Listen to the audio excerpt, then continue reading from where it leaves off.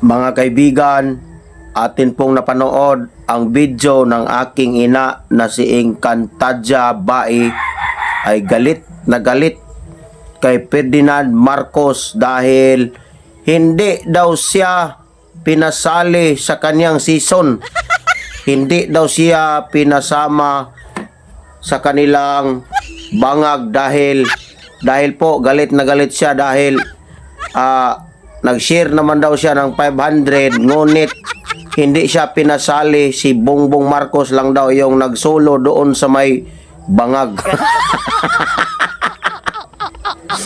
Kaya po galit na galit po yung mama ko at nananawagan sa ating mahal na presidente na nagbanta pa yung ina ko na magbaha daw ang dugo within 72 hours.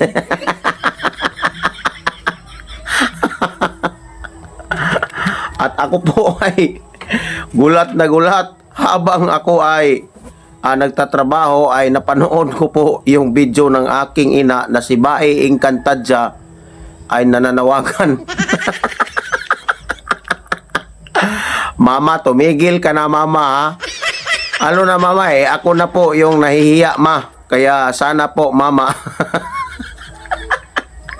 Sana all may mama.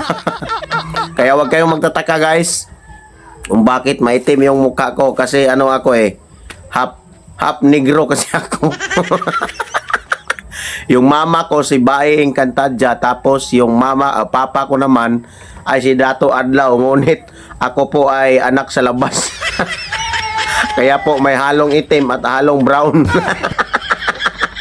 Ayan mga kaibigan, panoorin po natin ang statement ng aking ina na si Bai Encantadja. Gusto nyo magbaha ng dugo? Tandaan nyo to! Kayo lahat dito sa Surigao, magsara na kayo in 72 hours! Magsara na kayo sa ginawa nyo! In 72 hours, Ferdinand Marcos Jr.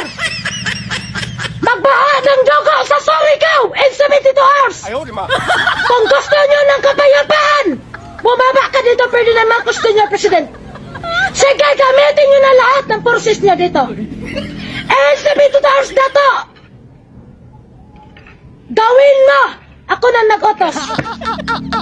Gawin nyo in 72 hours na hindi nila palalabasin yung taong yan. I-present nyo lang ang diplomatic immunity si Dylan, kapitan dito sa Surigao. Sa Sabang Trish Manobag. Tatay si Dylan dyan sa Inedine. Opo. Yan, anuhin mo ngayon si Dylan dito. Ang barangay. Opo. Bukas ng umaga, lulusubin natin ang barangay dito. Dahil nasa jurisdiction ni Dylan, bahay ni Dylan, puntahan natin yung bukas.